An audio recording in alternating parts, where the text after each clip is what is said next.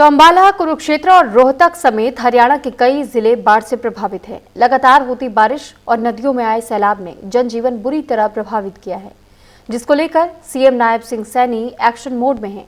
मुख्यमंत्री ने न सिर्फ प्रशासनिक अमले को राहत और बचाव कार्य में लगा दिया है, बल्कि वो खुद बाढ़ प्रभावित इलाकों में जाकर हालातों की जायजा ले रहे हैं। और सीएम सैनी अंबाला के नगल पहुंचे, जहां जलभराव की स्थिति का उन्होंने जायजा लिया।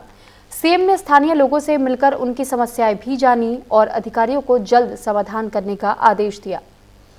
इसके अलावा सीएम सैनी फतेहाबाद भी पहुंचे और बलियाला हेड पर जलभराव की स्थिति का जायजा लिया। सीएम ने यहां अधिकारियों के साथ राहत और बचाव कार्यों की समीक्षा की। सीएम सैनी ने हिमाचल प्रदेश और पंजाब में बाढ़ पीड़ितों को राहत सामग्री भेजी है।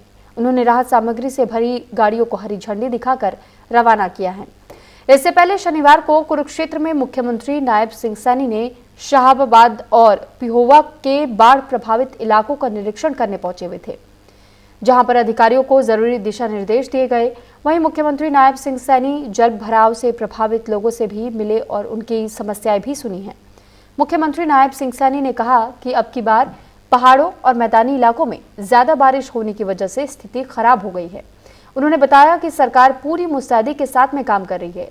उन्होंने ये भी बताया कि इस ओवरफ्लो होने के कारण बहुत ज्यादा इस वक्त स्थिति खराब नजर आ रही है, जिसको लेकर क्षतिपूर्ति पोर्टल खोल दिया गया है। और उन्होंने साथ ही ये भी जानकारी साझा की कि लगभग 2500 गांव में ये पोर्टल खुला हुआ है। लगभग 1,69,738 किसानों ने अपनी भूमि का इस पर रजिस्ट्रेशन करवा दिया है।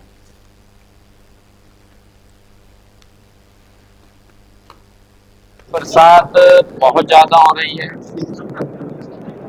और ऊपर हिमाचल में भी बरसात बहुत ज्यादा चल रही है। 2023 में भी इस प्रकार की स्थिति हमारे सामने खड़ी हुई थी, क्योंकि जब ज्यादा बरसात होती है तो सारी व्यवस्थाएं वो धराशायी हो जाती हैं। और अब भी लगातार, क्योंकि बरसात के कारण से और बहुत ज्यादा पानी आने से व्यवस्थाएं खराब हुई।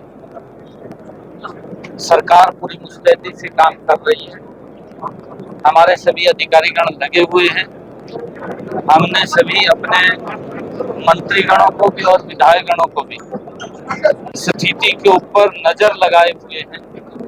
कहीं पर भी किसी प्रकार की कोई आवश्यकता पड़ती है, हमारे अधिकारीगण भी लगे हुए हैं, हमारे विधायकगण भी हैं, मंत्रीगण भी सभी स्थिति के ऊपर नजर लगाए हुए हैं, ताकि लोगों को त्वरित सहायता पहुंचाई जा सके। जहां जहां पानी का ज्यादा जल भराव हुआ है और जहां से कुछ लोगों को सुरक्षित स्थानों के ऊपर भी वो बैठाया गया है, उनकी खाने की पीने की सारी व्यवस्थाएं वो की गई है। परंतु क्योंकि अभी बरसात थोड़ी पिछले 2 दिन से कम है और पानी का लेवल भी कम हो रहा है, उससे धीरे धीरे सुधार स्थिति के अंदर हो रहा है। हमने पोर्टल भी खोला है, क्योंकि जो फसल ज्यादा पानी के कारण वो खराबे की तरफ गई है। हमने पोर्टल भी खोला है। लगभग 2,500 के करीब गांव में पोर्टल खुला है और लगभग 1,68,000 हमारे किसानों ने अपनी भूमि का रजिस्ट्रेशन इसके ऊपर कराया है। 1,69,738 किसानों ने हरियाणा के अंदर 9,96,701 एकड़ क्षेत्र का पंजीकरण पोर्टल के ऊपर कराया है। और पोर्टल अभी खुला है। हमने कहा है किसानों को कि अगर कहीं पर आपको लगा है कि हमारी फसल का खराबा हुआ है तो उसके ऊपर वो रजिस्ट्रेशन करें।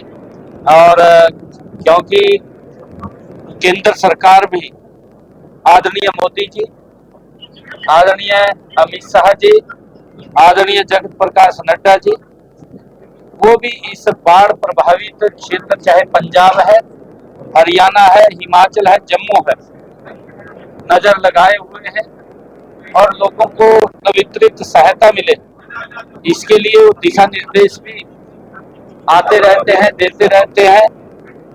हम हरियाणा से जो बहुत ज्यादा पंजाब के अंदर प्रभावित हुए हैं लोग, उनको सुविधाएं पहुंचाने के लिए भी यहाँ से हमारे लोग लगे हुए हैं, ताकि किसी भी व्यक्ति को खाने की, पीने की या पशुओं को चारे की कोई दिक्कत समस्या ना आए, क्योंकि पंजाब के अंदर भी पानी का जल भराव का बड़ा भयंकर वो स्थिति पैदा हुई है।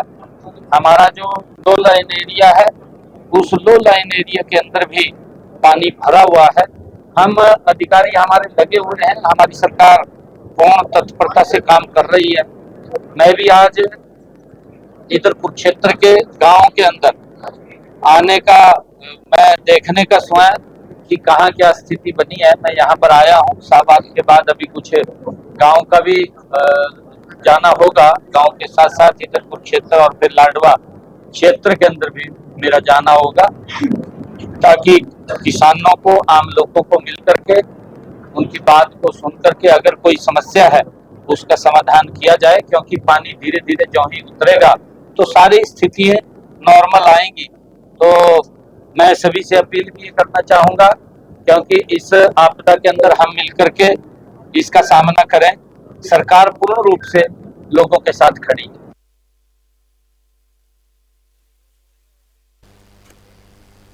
और इसी के साथ फिलहाल इस बुलेटिन में इतना ही। नमस्कार।